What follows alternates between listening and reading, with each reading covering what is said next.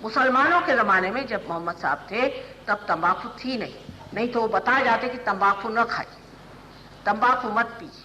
लेकिन जब नानक साहब आए जो कि वही साक्षात थे, उन्होंने देखा कि सब लोग अब ये भी करने लगे। मुसलमान लोग सोचते हैं कि क्योंकि मोहम्मद साहब ने नहीं बताया तो शराब तो नहीं पिएंगे, लेकिन तंबाकू लेने में कोई हर्ज नहीं। तो वो आए, उन्होंने कहा भाई अच्छा रहने दो, अभी तुमने नई चीज निकाली, अब तंबाकू भी मत। वो लोग कोई आपकी बुराई के लिए नहीं बताएंगे, आपको सताने के लिए नहीं बताएंगे, लेकिन आपको बचाने के लिए बताएंगे। अब जब निकल आई है बात कि तंबाकू खाने से कैंसर होता है, तब लोगों को खोपड़ी में आती बात, कुछ ना कुछ इन्होंने जो कहा था कि तंबाकू को नहीं लेना चाहिए। लेकिन हम ये नहीं कहेंगे कि सिगरेट मत पीजिए, हमारा तरीका और है। हम ये कभी नहीं कहेंगे आप मत पीजिए, लेकिन सहयोग के बाद आप नहीं पिएंगे। एक बार हमारे गली में आ जाइए, फिर देखते हैं आप सिगरेट कैसे पिए। ये माँ का तरीका। आपकी जब जागृति हो जाएगी, आप सिगरेट पिएंगे ही नहीं, आपको अच्छा ही नहीं लगेगा, मन ही नहीं करेगा। और अगर पीजिएगा तो खांसते खांसते हालत खराब जाएगी, दूसरे दिन आप सिगरेट सारे उठा फेंकेंगे, तो कैंसर कैसे होगा?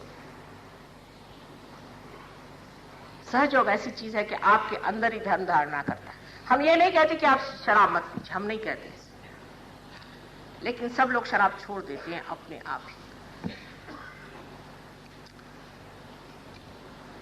सब लोग अपने आप छोड़ देते हैं, हम कहते नहीं, क्योंकि जिन्होंने कहा उनके जो शिष्य लोग वो ऐसा पीते हैं कि समझ में नहीं आता कि इन लोग से जो कहा वो शायद उनके ऊपर चढ़ाई करने के लिए ही इतना डबल लोग पीते।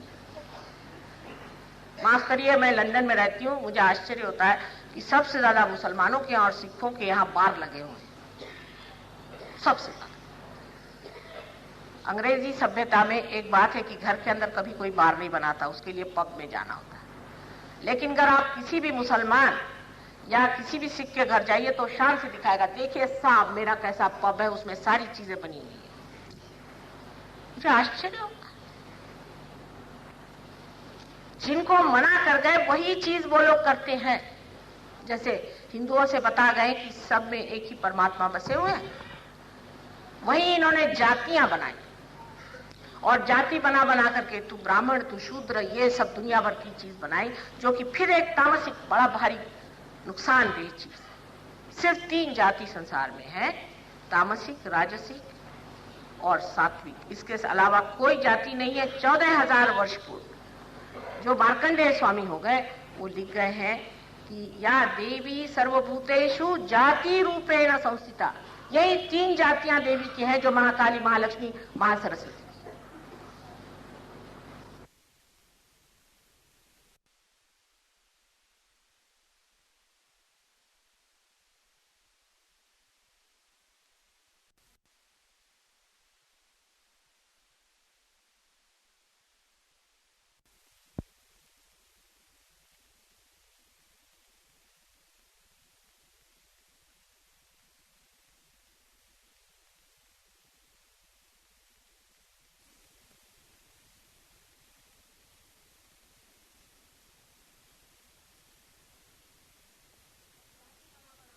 और जाति बना करके तू ब्राह्मण तू शूद्र ये सब दुनिया भर की चीज बनाई, जो कि फिर एक तामसिक बड़ा भारी नुकसानदेह चीज। सिर्फ 3 जाति संसार में है, तामसिक, राजसिक और सात्विक। इसके अलावा कोई जाति नहीं है। 14,000 वर्ष पूर्व जो मार्कंडेय स्वामी हो गए वो लिख गए हैं कि या देवी सर्वभूतेषु जाति रूपेण संस्थिता। यही 3 जातियां देवी की हैं, जो महाकाली, महालक्ष्मी, महासरस्वती।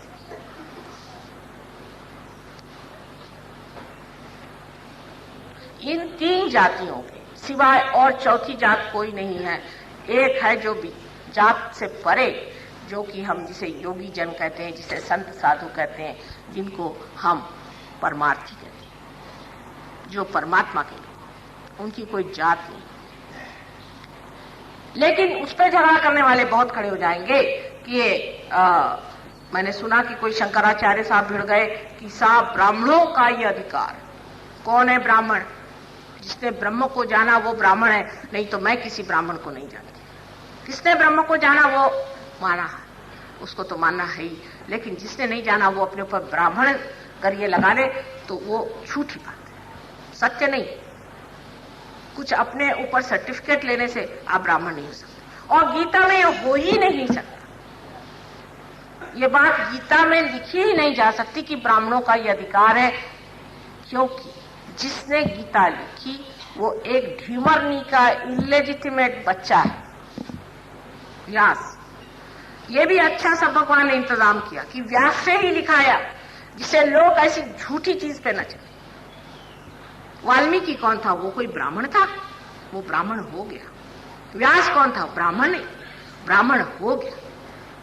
जिसने ब्रह्म को जाना वही ब्राह्मण है। और इस तरह की जाति पाति बना देने से हम लोग आपस में आजकल इलेक्शन भी इस पर कर रहे हैं। रामदास स्वामी स्वयं ब्राह्मण थे। उन्होंने शिवाजी से कहा कि मराठा ते तुका मेळवावा। मराठा का मतलब उनका था कि जिसने परमात्मा को जाना वो मराठा। मैं कहती हूँ कितने ऐसे मराठी लोग हैं जिन्होंने परमात्मा को जाना है। मराठा ते तुका मेळवावा, खुद थे मराठा, और जो क्षत्रिय होते वो भी अपने को मराठा कहलाते। लेकिन ये क्षत्रिय जो है मराठी, ये कितने परमात्मा को जानते? जिनके लिए उन्होंने कहा था वो ऐसे लोग, ऐसे वीर, ऐसे शूर जो कि अपने स्वधर्म को चाहते हैं और स्वधर्म को पाते, ऐसों को मिलाई। उस वक्त जो मावड़े लोग थे जिन्होंने कि बिल्कुल जिनको हम लोग कहते हैं कि कुंभी लोग जो थे, वो लोगों को उन्होंने मराठा माना।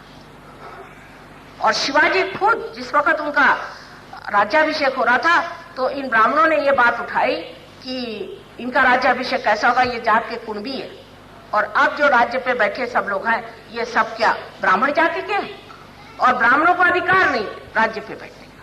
अगर उस हिसाब से देखा जाए तो कि ब्राह्मण राज्य नहीं कर सकते, ये तो सिर्फ क्षत्रिय कर सकते। फिर ये कैसे चल रहा है?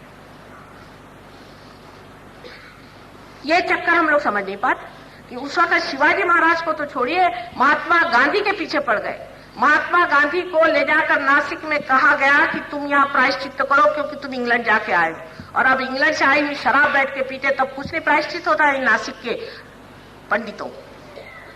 उनको तक झुका दिया। मैं महात्मा जी के साथ थी, मैंने एक दिन ऐसी मजाक में कहा कि आपने नासिक में जाके क्यों प्रायश्चित किया? कहले भाई अगर मैं नहीं करता तो मेरे गोली से मार देते, और वैसे तो मारा ही गोली से प्रायश्चित करने के बाद। इस तरह की जाति पाति बना करके एक जात ऊंची, एक जात नीची, औरतें नीची, आदमी ऊंचे, इस तरह की जो भेदभाव करना है ये असल में अमंगल चीज है। तुकाराम ने कहा कि भेद करना अमंगल है, शुभ नहीं होता। और इसीलिए अपना देश आज इतनी निम्न स्थिति में आया कि हम लोग एक दूसरों को काटने के हजारों इंतजाम हमने करे। कोई है तो फलानी सभा बना रहा है, कोई है तो वो सभा बना रहा है। आप सब इंसान परमात्मा के बनाए हुए बंदे हैं, उसको पाइए। आपस में भेद कर करके आपने क्या सुख पाया? अब हमारे यहाँ दूसरी एक प्रथा बड़ी जबरदस्त है कि भाई हम तो इस जाति के हैं और हम तो जैसे हमारे कायस्थों में हैं, या समझ लीजिए आपके कोई और जाति ब्राह्मणों में, उसी से शादी करें और कहीं क्यों उसी में शादी करेंगे। कल अगर उस लड़की को किसी ने छोड़ दिया तो तुम्हारी जात खड़ी होती है उस लड़की के लिए या आपके लिए? किस लिए वहां शादी करेंगे आप?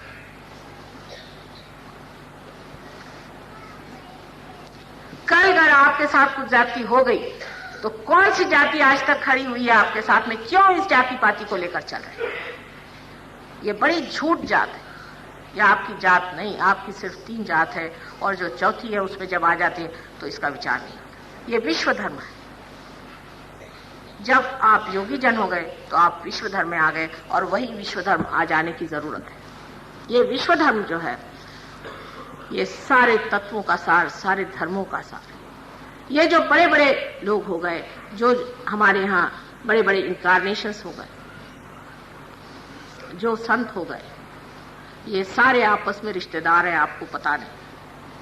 ईसा मसीह ने कह दिया था कि those who are not against me are with me. वो कौन है? ईसाई लोग जाकर के पूछे कि वो कौन है? ये सारे आपस में रिश्तेदार हैं। इसकी रिश्तेदारी उन्होंने बताई नहीं, क्योंकि लोग फिर शक करने लगेंगे। सारों की आपस में रिश्तेदारी है। अगर आप कहिए कि मोहम्मद साहब कौन थे, तो वो सीता जी के पिता जो राजा जनक थे वही थे, और वही नानक साहब, और नानक साहब की जो नानकी थी वही सीता जी थी। अगर आपको और आगे बताएं तो आप लोगों को हैरानी हो जाए। ये सारे रिश्तेदारी, और इस रिश्तेदारी को हम आपको सिद्ध करके दे सकते हैं, क्योंकि जो सत्य होता है तब उस वक्त आपके अंदर चैतन्य बहेगा। जिस वक्त आप पूछेंगे क्या ये बात सत्य है, तो चैतन्य आपके अंदर से बहना लगेगा, तो आप समझ लेंगे कि बात सच है। सच और झूठ को आप इसी एक दशा में जान सकते हैं जहां आपके हाथ में चैतन्य बहता है। उससे पहले सच और झूठ दो ही तरह का होता है। एक तो झूठ को आप सच मान लेते हैं, और या तो सच और झूठ को ही नहीं समझ पाते।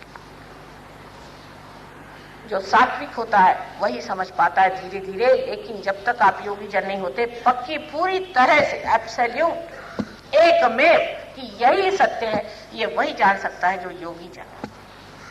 और जो योगी नहीं है वो नहीं जान सकता। वो चाहे कितना भी कहे कि यही सत्य है, वो हो सकता है कि इत्तेफाक से सत्य निकल आए, असत्य भी निकल सकता है, लेकिन जो सत्य है वो सिर्फ आप चैतन्य से ही जान सकते हैं। अब किसी ने कहा कि यहाँ स्वयंभू है, यहाँ स्वयंभू श्री गणेश। कैसे जाना स्वयंभू है? किसी ने कह दिया तो मान लिया। किसने कहा? किसी न किसी बड़े संतों ने कहा होगा कि ये स्वयं, किसी फकीर ने कहा ये स्वयंभू है। स्वयंभू का मतलब ये है कि जो इस पृथ्वी तत्व से बाहर निकला है। बहुत से लोगों ने इसकी बात इसलिए नहीं करी, निराकार ही की बात करी, क्योंकि जैसे ही आप किसी भी एक देवती की, देवता की बात करते हैं तो लगे उसी को पूजने। जैसे कि फूलों की आप अगर बात करें तो लोग लगते हैं कि फूलों के पीछे। तो लोगों ने सोचा कि फूलों की बात न करें, शहद की बात करें, मधु की बात करें कि मधु को लेना है। जिन्होंने मधु की बात करी वो भी बात रह गई, जिन्होंने फूलों की बात करी वो भी फूलों की बात रह गई। तो फिर क्या किया जाए? आपको मधुकर होना चाहिए। आप जब तक मधुकर नहीं होंगे आप उस मधु को पी ही नहीं सकते। आपको बदलना होगा, आपका परिवर्तन होना है, आपका दूसरा जन्म होना है। जब तक आप वो नहीं होते हैं तब तक आप उस मधु को नहीं पा सकते। इन शब्दों के अंदर छिपे हुए मधु को आप नहीं पा सकते। आप सिर्फ वही गा रहे हैं, बोल रहे हैं, पढ़ रहे हैं, उस मधु को आप पा नहीं रहे। उस मधु को पाने के लिए आपको वो होना चाहिए जिसे मधुकर कहते हैं। अपने देश में तमस इतना भरा हुआ है, इतना भरा हुआ है कि उसका कोई अंत नहीं।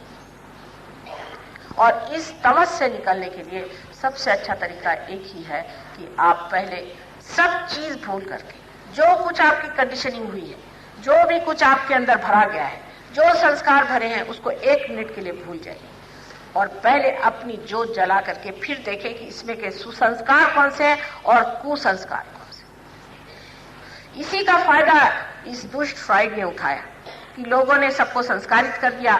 क्योंकि वहां तो एक और भी गंदा काम लोगों ने किया कि कैथोलिसिज्म शुरू कर दिया, उसमें नन्स बना दिए, ये बना दिए, वो बना दिए, जबरदस्ती का राम राम, शादी नहीं करना, ऐसे अजीब से कपड़े पहन के घूमना। उसके प्रतिक्रिया, उसके रिएक्शन में वहां पर ये फ्रॉइड साहब आसीन हो गए। उन्होंने कहा ये सब कंडीशनिंग है, इसको छोड़ो। तो ये कंडीशनिंग को छोड़ो तो आप फिर क्या रह जाते? आप अहंकार रह जाएंगे।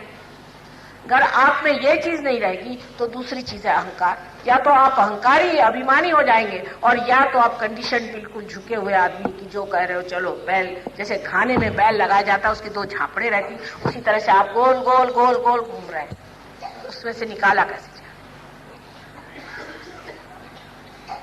ये झापड़ और ये बैल का घाना जो है सभी छूट जाता है इस वक्त आप स्वतंत्र हो जाते हैं। आपके स्व का तंत्र जब जागृत हो जाएगा तो तभी आप इसे पाएंगे। यही सब संत साधु ने कहा है, हमेशा कहा है, और ये भी कहा कि ये कार्य कलयुग में ही होने वाला है। इसीलिए घोर कलयुग आया है और इसीलिए आज इतने लोग परमात्मा को खोज में हैं। पहले कोई इतने लोग मिलते थे? सब लोग तो संतों को मारने पे आमार, सबको छला, सताया, परेशान किया और कुछ नहीं किया। जब तक वो जीवित रहे तब तक उनको माना नहीं। जब वो मर गए तब हाँ जरूर उनके लिए ये बनाओ वो बनाओ, सब दुनिया भर की चीज बना करके और धर्म स्थापना करें। आप जानते हैं ज्ञानेश्वर जी को कितना परेशान किया, जिन्होंने परेशान किया उन्होंने आज उनके मंदिर बनाए। और हमने एक बार उनसे कहा कि हमें आपके हॉल में आप प्रोग्राम के लिए दीजिए। कहले नहीं, यहाँ कैसे हो सकता है, यहाँ तो हम सिर्फ हमारे वो ऐसे नाचते हैं वो लेकर के ले जाइए। कहा दिंड्या, यहाँ दिंड्या करिए तो आप होगा। मैंने कहा कि जो ये बैठे हैं जिनका यहाँ पुतला है, ये क्या दिंड्या करते थे?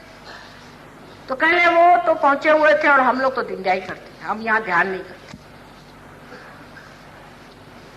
ये हमारी दशा आज आ गई है कि धर्म की विकृति इस तरह हम लोगों ने मान ली है कि लोगों को ये शंका हो रही कि क्या ये धर्म है कि अधर्म है। फिर अगर धर्म है तो धर्म का कोई सिलसिला ही दिखाई नहीं देता, आपस में कोई प्रेम नहीं, कोई आनंद नहीं, कोई उल्लास नहीं, कुछ नहीं। ये है क्या चीज? ये भारत भूमि जो कि महान योग भूमि है, उस देश में ये हाहाकार, ये आफत, क्योंकि हमने सही रास्ता नहीं लिया, गलत चीज को सही समझ करके हम लोगों ने अपनी जिंदगी बर्बाद कर दी। इसको एक बार इस गुलामी को तोड़ देना चाहिए, ये असली स्वतंत्रता है। इस गुलामी को छोड़ दीजिए और देखिए कि वास्तविकता क्या है, असलियत क्या है। ये सारे हमारे जो भूत मरे हुए हैं उन्होंने हमें जकड़ा। एक साहब दिल्ली में ही एक साहब हमारे पास आए, जैसे हमारे पास आए तो वो सर के बल खड़े हो गए, उन्होंने उल्टे ये घुमाना शुरू कर दिया। मैंने कहा ये तो पता नहीं इसको क्या हो गया, सारे हठियों के उसने प्रयोग शुरू कर दिया। मैंने कहा इसकी अतड़ियां निकल आएंगी, इसको बंद करो। वो कहले मैं बंद नहीं कर सकता माँ, मेरे सामने सब यही कर रहे हैं। मैंने कहा यह है क्या तमाशा। बाद में उसका जब ट्रीटमेंट शुरू हुआ तो पता हुआ कि महाशय किसी लड़ाई में गए हुए थे। वहां से लौटते वक्त, पाकिस्तान से लौटते वक्त किसी हिंदुओं के स्मशान भूमि में चले गए। वहां पर किसी हठयोगी ने इसको पकड़ लिया। ऐसी उसकी हालत हो गई कि वो बेचारा, उसके मुंह से खून निकलता था, आफत होती थी, पर ये अपना हठयोगी करते रहता था। इस हठयोग के वजह से उसके प्राण ही निकल जाते। अंत में सिर्फ उसकी आत्मा ने उसे बचाया और आज वो एक बड़ा सुंदर सहयोगी है। कोई सी भी अतिशयता मनुष्य करता है तो सोच लेना चाहिए कि कोई भूत सवार है हमारे ऊपर। आप लोग बहुत से सरकारी नौकर हैं, मैं नहीं कहती कि सरकारी काम नहीं करना चाहिए, लेकिन जिस तरह से भूत जैसे आप लगे रहते हैं ऐसी जरूरत नहीं। इतना करके भी कौन सा कल्याण किया आपने? ना बीबी को देखना, ना बच्चों को देखना, ना कोई मतलब। इतनी कमाई करके जब बुढ़े हो जाते हैं, जब हालत खराब हो जाती है, तो फिर घर में आप एडमिनिस्ट्रेशन शुरू कर दें, रिटायरमेंट। और कौन सा आपने कल्याण देश का किया हुआ है? या आप गिरधारी जी बन करके एक दिन की भी छुट्टी नहीं लेना और रात दिन पागल जैसे दौड़े रहते हैं, इसकी कोई भी जरूरत नहीं। संतुलन में रहना चाहिए। जो आदमी ऐसा चलता है वो बिल्कुल राइट साइडेड हो जाता है, एकदम ड्राई हो जाता है। अब इंग्लैंड अमेरिका में इतना काम नहीं होता क्योंकि वहां आलस्य आने लगे, लोगों में बहुत काम कर चुके, अब सब ब्रिजेस बन गए, ये बन गए, वो बन गए, अब क्या बनाए? तो वहां एक दूसरी बीमारी शुरू हो गई कि दौड़ो। जो दौड़ना शुरू करें तो 1 घंटा वो उनका दौड़ना ही शुरू रहता है। सब पागल जैसे, चाहे बुढ़े हो चाहे जवान हो, सब दौड़ रहे। शुरू में तो मुझे लगा कि कोई भूकंप आया कि क्या हो गया, दौड़ क्यों रहे सब? तो कहने लगे कि नहीं, दौड़ने से अच्छा रहता है। इन्हें भागना, एक्चुअली जिसको कहते हैं भागना है, अपने जिंदगी से भाग रहे हैं, घर में मत बैठो। वो घर में बैठ ही नहीं सकते। आप ही जैसे वो लोग एक जमाने में काम करते होंगे, उनके बाप दादे करते होंगे, उनके खोपड़ी पे बैठ गया। वो जो मरे थे इनके खोपड़ी पे बैठे, तो अब काम तो कुछ है नहीं, तो अब ये करेंगे। जब उनके खोपड़ी पे भूत सवार हो गए तो अब करेंगे। तो अब यह है कि घर में नहीं बैठ सकते। सैटरडे संडे नहीं हुआ कि उठाया उन्होंने अपनी गाड़ी और सब लोग बैठे गाड़ी में और चले कहीं बाहर। कभी 2 मिनट आपस में बातचीत नहीं होगी, कुछ प्रेम से मुलाकात नहीं होगी, कुछ जानना नहीं होगा कि भाई तुम्हें क्या परेशानी है, क्या आफत है, क्या सुख दुख की कोई बातचीत नहीं। बस उठाई उन्होंने, मोटर चल दी। इसे पलायनवाद, एस्केपिज्म कहना चाहिए। उसकी वजह है कि उनके सर पे, खोपड़ी पे भूत सवार है जो मर गए, जिन्होंने बड़े बड़े ब्रिज बनाए, ये बनाया, और बना के मिला क्या हो? अंत में हिप्पी तो हो गए ना। जिन्होंने बहुत कुछ इतनी डेवलपमेंट कर ली है, उनका हाल क्या है वो आकर आप देखिए अंदर से। बाहर से तो बहुत अच्छे लगते हैं, रोज तो तीसरी बीवी लेकर के आते, घर में कोई शांति नहीं, कोई धर्म नाम की चीज नहीं, किसी के पास न मां न बहन न कोई उसकी तमीज।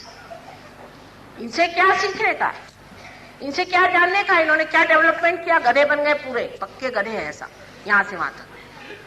कोई अमेरिकन आपको ऐसा नहीं दिखाई देगा जिसकी आंख ऐसी नहीं होगी।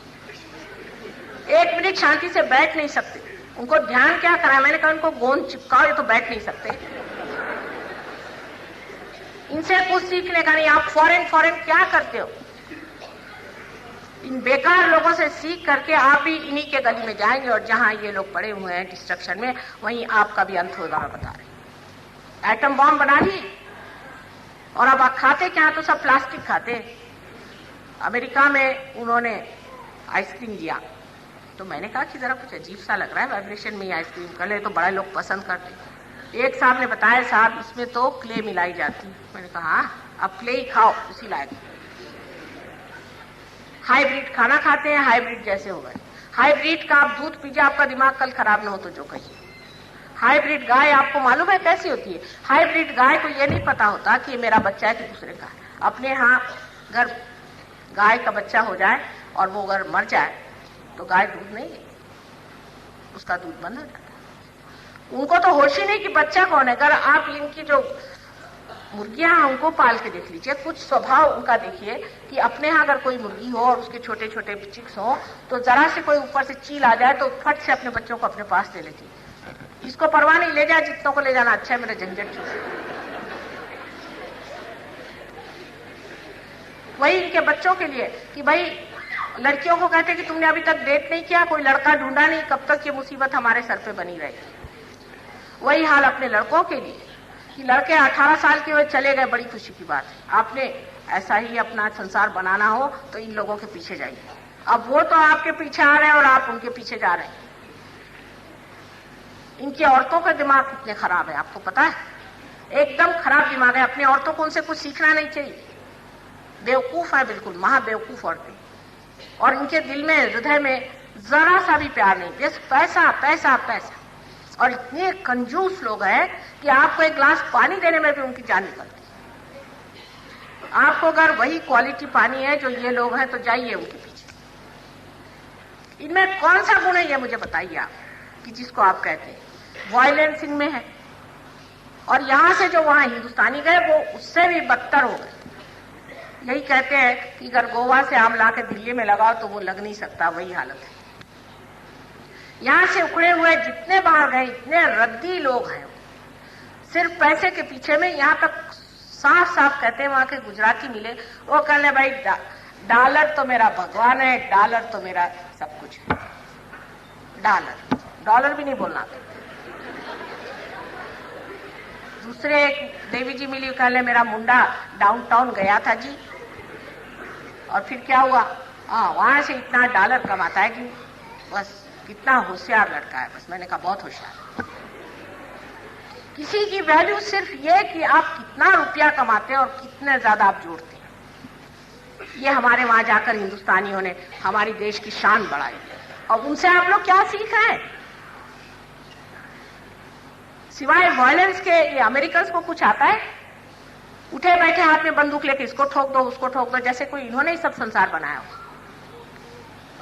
इनसे सीखने का कुछ भी नहीं है। और न ही इनकी आप लोग बात सुनिए। इन लोगों ने आकर क्या हमारे औरतों को खराब किया। अपने औरतों का भी दिमाग इसी से खराब होकर के अब इतने डिवोर्सेस आपके दिल्ली में ही हो रहे हैं।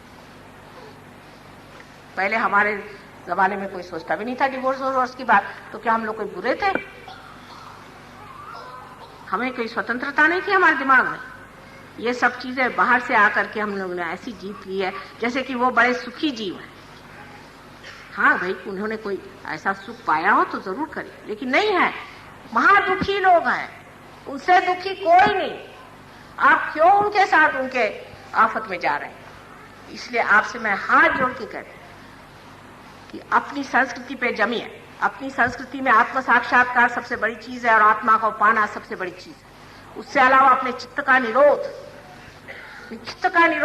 बताया गया है कि चित्त को रोको, यानी कि सबके ऊपर अपनी आंखें चल रही हैं।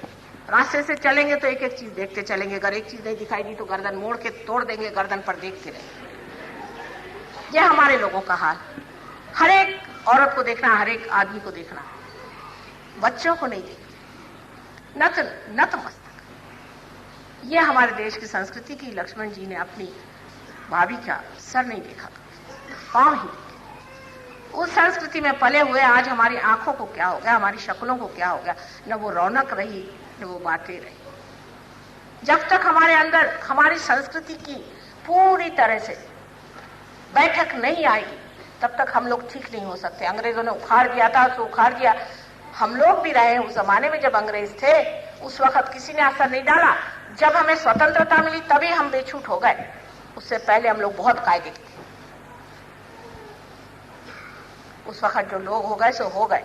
अब ऐसे लोग तो दिखाई भी नहीं देते और सोचना भी नहीं चाहिए, पर कम से कम अपनी संस्कृति पे जमने की कोशिश करें।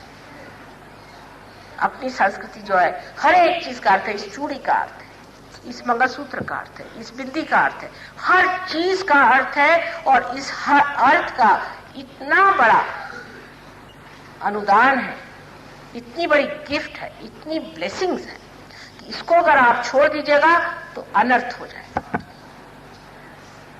हर चीज का मतलब आपको समझना चाहिए कि ये क्यों बना गए, जो हमारे बुजुर्ग बना गए हैं वो किस लिए बना गए। लेकिन गंदी चीजें हमने बहुत ले ली, ये तो खास चीज है। जैसे जाति है, ये जाति तो कुछ बहुत साल पहले की चीज नहीं है।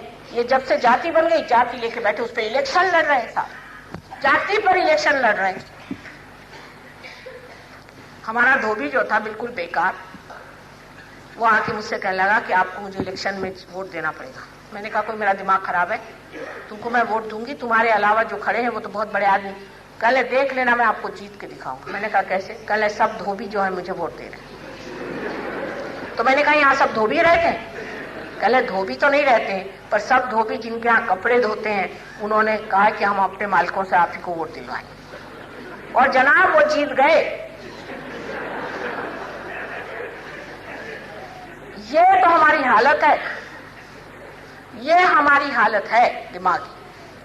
कौन जीतेगा पता नहीं, आज धोबी जीत गया, कल धोबी का गधा भी जीत सकता है। और हम लोग बड़े अपने को डेमोक्रेटिक फलाना ठिकाना करते हैं। 5 रुपए में तो हम बिक जाते हैं, ये तो हमारी स्थिति है। और हम अपने को डेमोक्रेटिक कहते हैं। जो 5 रुपए में बिकता है, ऐसे वोट का भी क्या महत्व और ऐसे जीते हुए लोगों का भी क्या महत्व। जो लोग 5-5 रुपए में अपने वोट बेचते हैं, उनसे इलेक्टेड जो लोग आज खड़े हुए हैं, उनको मैं मानती ही नहीं कि वो हमारा प्रतिनिधित्व करते हैं। और वो हमारी क्या भलाई कर सकते हैं, सिवाय इसके कि जो उन्होंने 10 लाख रुपए खर्च किए हो तो 20 लाख कमाए, 5 लाख खर्चे तो 10 लाख कमाए। ये सीधा हिसाब है। और यही हम कर रहे हैं और करते रहे। सहयोग में आने के बाद आप देख लेंगे कि कोई भी पैसे से नहीं आपको खरीद सकता, कोई नहीं खरीद सकता। ऐसी शानदार चीज आपको बनना है। जब ऐसी शान आपके अंदर जागेगी तब देखना कि सही लोग, योगी जन इस संसार में राज्य करें। ये परमात्मा का साम्राज्य यहाँ पर बनाना है। पहले हिंदुस्तान में बनेगा तभी दूसरी जगह बन सकता है। इसीलिए आपके सामने मैं सर फोड़ रही हूँ कि यहाँ पर पहले बनाना होगा, बाहर नहीं मैं बना सकती, क्योंकि वहां तो गणपति से ग नहीं मालूम उनको, वहां मैं कैसे बना पाऊं। आप लोग थोड़ा डामाडोल हो गए, कृपया फिर से स्थिर हो जाइए, मामला बन जाएगा। इस देश को अगर बदलना है तो पहले अपने को बदलना होगा, और वो बदलने की पूर्ण विधि सहयोग में है। सबको उससे लाभ होने वाला है। आज मैंने तामसिक इस पर कहा है, कल बहुत सुंदर बात कहूंगी, जो कि सहस्त्रार और आत्मा, इसका स्वरूप क्या है, जहां हमें जाना है, जो हमें पाना है, जो हमारा अपना साम्राज्य है, जहां हम विराजने वाले हैं, वो चीज आपको मैं कल बताऊंगी। आज मैं देर से आई इसलिए कि मैं चाहती हूँ आप लोग बिल्कुल टाइम से शुरू न करें। ये बहुत गलत बात है। ध्यान धारणा के वक्त टाइम नहीं चलता है। थोड़ी देर आके यहाँ ध्यान में बैठना चाहिए। थोड़ी देर जब ध्यानस्थ हो जाए उसके बाद लेक्चर शुरू हो, वो अच्छा रहता है। लेकिन मैंने देखा आई तो बाहर शोरी गुल चल रहा था, सब आपस में बात कर रहे थे। ये कोई सिनेमा हॉल में हम नहीं आए, हम तो मंदिर में आए हुए हैं। इस वक्त शांतिपूर्वक आकर के थोड़ी देर ध्यान में बैठना चाहिए और उसके बाद फिर भाषण होना चाहिए। एकदम से टाइम से कोई, ये कोई मिलिट्री है कि चलो टाइम से अभी आपको हम कर दें। टाइम कोई चीज ही नहीं होती परमात्मा के साम्राज्य में। घड़ी कोई चीज ही नहीं होती। चीज होती है कि आनंद। जब आनंद में विभोर होगा तो टाइम रुक जाता है, वहां टाइम कहां जाता है। लेकिन पहले आप लोग कल आए तो मैं ये देखूं कि सब लोग शांतिपूर्वक ध्यान में बैठे हुए हैं, शांतिपूर्वक मौन में बैठे हुए हैं।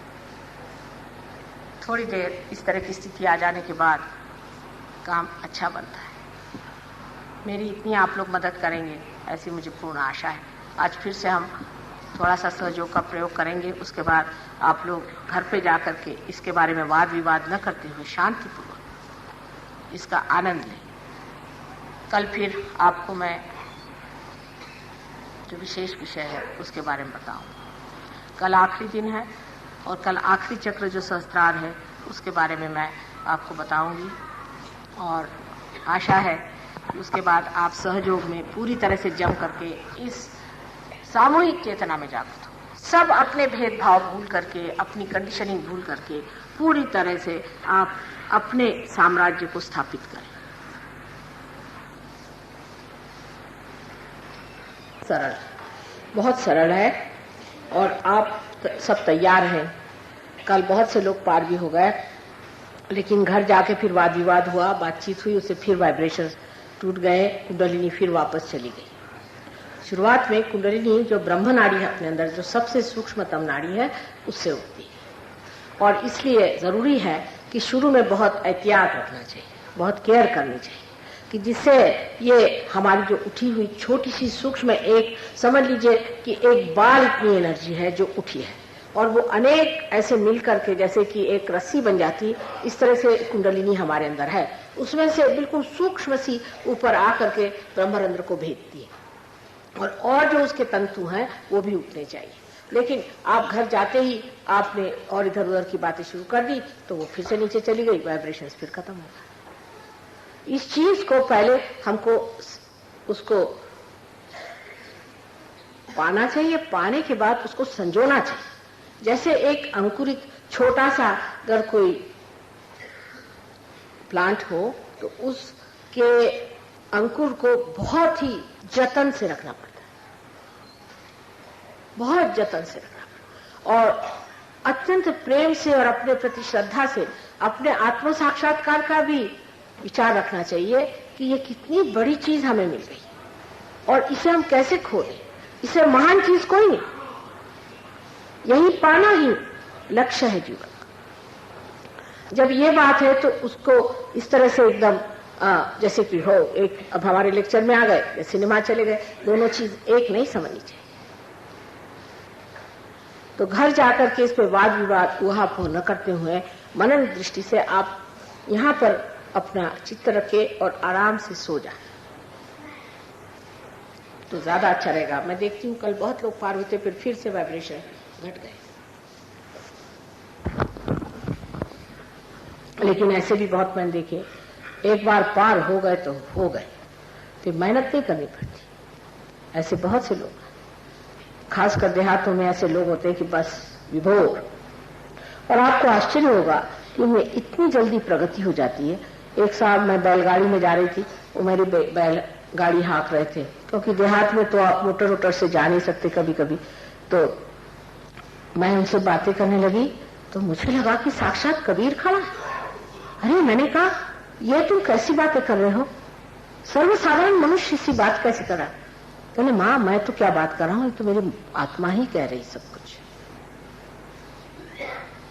मेरी समझ में नहीं आया कि देखिए इतना सर्वसाधारण, और क्या ये लोग सब यूनिवर्सिटी में गए थे, किसी कॉलेज में गए थे? अच्छा हुआ नहीं गए बाबा, एक आफत हो जाती। ऐसे ही आप सब उस अगम्य ज्ञान को प्राप्त कर सकते हैं कि आपके ही अंदर सब कुछ है। आपका बहुत थोड़ा सा हिस्सा आप जानते हैं, बहुत कुछ अंतर्निहित है, छुपा हुआ है, वो सब पा लेता है। वो शक्ति प्राप्त होती आप कुछ और ही हो जाएंगे। इसलिए इसकी इज्जत करें, इसकी बहुत जरूरत है, बहुत जरूरत है। अब इसमें आप जानते हैं कि लेफ्ट हैंड जो है यह आपकी इच्छा शक्ति है और राइट हैंड आपकी क्रिया शक्ति है। इसलिए दोनों हाथ इस तरह से पहले अपने गोद में रख लें, जूते उतार के दोनों पैर जमीन पे समांतर रखें, अलग अलग दोनों हाथ इस तरह से अपने प्रति पूर्ण श्रद्धा करते कि मैं पतित हूं, मैंने ये गलती करी, वो गलती करी, ये सब मत जोड़िए, बिल्कुल जोड़ने की जरूरत। और आप अपने अकेले हैं और दूसरों की ओर इस वक्त नहीं देखना कि दूसरे क्या कर रहे हैं, दूसरों का क्या विचार है। सब लोग ये कृपया करें, क्योंकि ये होता नहीं और उसके बाद अखबार में मेरे खिलाफ लिख देते। ऐसे भी लोग हैं जो ध्यान में आते हैं सिवाय इसके कि देखने के लिए कि ये कौन, और सब उसके बाद जाकर के उनको होना ही नहीं कुछ, क्योंकि जब आप मुझे को देखना है, मुझको समझना कोई आसान चीज नहीं, और फिर आप लिख देते हैं अखबार में मेरे खिलाफ, तो फायदा क्या हो? इससे आप किसी का कल्याण तो नहीं करते। अपना पहले कल्याण कर लीजिए, फिर देखा जाएगा। कम से कम अपना तो कल्याण करना चाहिए। तो दोनों हाथ मेरी ओर ऐसा करें और दोनों पैर जमीन पर इस तरह से। ये ऐसी चीज है कि ये ज्ञान पहले आपको मालूम नहीं, लेकिन जब मालूम हो जाता है तब आपको पता होगा। अब लेफ्ट हैंड जो है इसमें इच्छा शक्ति है और राइट हैंड में आपकी जो है क्रिया शक्ति है। इसलिए राइट हैंड हम इस्तेमाल करेंगे। राइट हैंड पहले हृदय पे रखेंगे, यहाँ के आत्मा मैं बताऊंगी आपको बार बार। फिर उसके बाद अपने पेट के ऊपरी हिस्से में जहां पर गुरु का तत्व है, उसके बाद पेट के नीचे के हिस्से में जहां शुद्ध विद्या माने परमात्मा का जो टेक्निक है, परमात्मा की जो कार्य प्रणाली है, उसका जो साइंस है, उसको चलाने का जो चक्र है वो। फिर उसके अलावा विशुद्धि चक्र जो कि यहाँ कंधे पर है। उसके बाद फिर माथे में यहाँ, फिर पीछे में। ये सब चक्रों के नाम आप किताब से जान सकते हैं। आज आप लोगों को ये लोग शायद किताब दे देंगे। और उसके बाद में आखिरी आपका हाथ सर पे यहाँ तालू पर, जहां पर कि बचपन में बहुत सॉफ्ट या नरम ऐसी जगह, वो जिनका हाथ वहां पहुंच नहीं पाता है वो उंगलियां रखे, पर इसे अगर रखा जाए तालू को तो अच्छा है। इतना सा है, उसमें कुछ ज्यादा परेशानी नहीं, कुछ नहीं। आप ही अपनी कुंडलिनी जागृत करते हैं। इसलिए लेफ्ट हैंड हमारी ओर